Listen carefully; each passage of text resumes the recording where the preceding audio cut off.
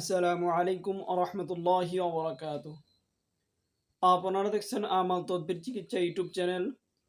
আমি আছি আপনাদের সাথে মোহাম্মদ কাউসার আহমদ। ভালো ভালো তদবির এবং চিকিৎসা পেতে এখনই আমাদের চ্যানেলটিকে সাবস্ক্রাইব করে সাথেই থাকুন। আর যারা আমাদের চ্যানেলটিকে সাবস্ক্রাইব করেছেন তাদেরকে অসংখ্য ধন্যবাদ। সম্মানিত দর্শক মণ্ডলী, প্রতিবারের নেই আজকেও একটি ভিডিও নিয়ে আপনাদের মাঝে হাজির হয়েছি।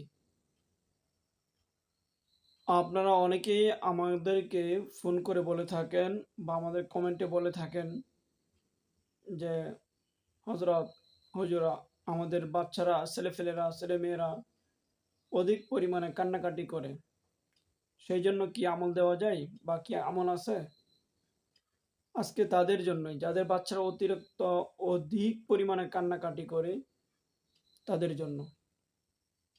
দেখেন, আসলে আল্লাহ রাসূল সাল্লাল্লাহু আলাইহি সাল্লাম বলছেন, যদি কোনো মানুষের কোনো সমস্যা হয় তাহলে বলা হয়েছে তার ট্রিটমেন্ট নেওয়ার জন্য, তার চিকিৎসা নেওয়ার জন্য।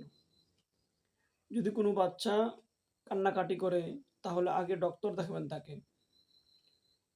তাকে আগে ডক্টর দেখাবেন যে তার পেট ফুলে থাকে, ফাঁপা থাকে, গ্যাস হয়ে থাকে, এই জন্য কান্নাকাটি করে কি না। বা আরেকটা জিনিস খেয়াল করবেন যে বাচ্চা পরিপূর্ণ খাবার পায় কি না, নাকি তার খাবার তৃপ্তি মতো সে পায় না, সেজন্য কান্না করে। আগে এই সাইডগুলি দেখবেন, ডক্টরি সাইডগুলি দেখবেন। দেখার পর যদি এরপরও যদি কান্না করে তাহলে বুঝতে পারবেন যে আপনার বাচ্চার, আপনার সোনামণির বদনজর বা হিংসার জাদু বা কুনজরের জাদু লেগেছে। সেই বদনজরটা জিনের হতে পারে, সেই বদনজরটা মানুষেরও হতে পারে।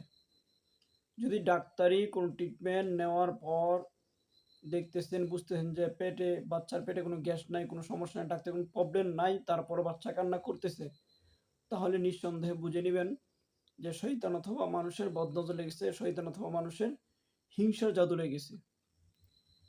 তে ওই বাচ্চার কান্না বন্ধ করার জন্য এবং হিংসার জাদু, বদনজরের জাদু বন্ধ করার জন্য আপনাদের কয়েকটি কাজ করতে হবে। এর মধ্যে হচ্ছে আপনারা সূরা ফাতিহা সূরা ফাতিহা ৭ বার তেলাওয়াত করে একটু সরিষার তেলে দম করে নেবেন, ফুঁক দিয়ে নেবেন। অবশ্যই উজু করে নেবেন, আগে পরে দুরূদ শরীফ পড়ে নেবেন। তারপর সূরা ফাতিহা, আলহামদু সূরা ৭ বার পাঠ করে একটু তেল নিয়ে, সরিষার তেল নিয়ে ওই তেলে ফুঁক দিয়ে দিবেন, দম করে নেবেন। তারপর ওই তেলটি ৭ জায়গায় ব্যবহার করুন বাচ্চার। প্রথমে হচ্ছে একটু তেল নিয়ে তার মাথায় দিয়ে দিবেন। তারপর হচ্ছে ২ শাহাদাত আঙ্গুলের মাথায় একটু তেল মেখে আপনারা ২ কানে দিয়ে দিবেন। তাহলে হচ্ছে মাথায় আর ২ কানে ৩ জায়গায়। আর একটু তেল নিয়ে তার নাকে দিয়ে দিবেন। তাহলে হচ্ছে এক জায়গা, ২ কানে ৩ জায়গা, ২ নাকের ২ ছিদ্রতে হচ্ছে ৫ জায়গা। আর একটু তেল নিয়ে আপনার নাভির মধ্যে মেসেজ করে দিবেন, তার হচ্ছে ৬ জায়গা। আরেকটা হচ্ছে যে পায়ের ২ বৃদ্ধাঙ্গুলের মাথায় অল্প একটু তেল মেখে মেসেজ করে দিবেন।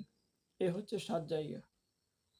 এই ৭ জায়গার মধ্যে যদি আপনারা সরিষার তেলকে ব্যবহার করতে পারেন, ৭ বার সূরা ফাতিহা পড়ে ব্যবহার করতে পারেন, ইনশাআল্লাহ আশা করা যায় আল্লাহর রহমতে কিছুদিন ব্যবহার করার ফলে বাচ্চা কান্না বন্ধ হয়ে যাবে।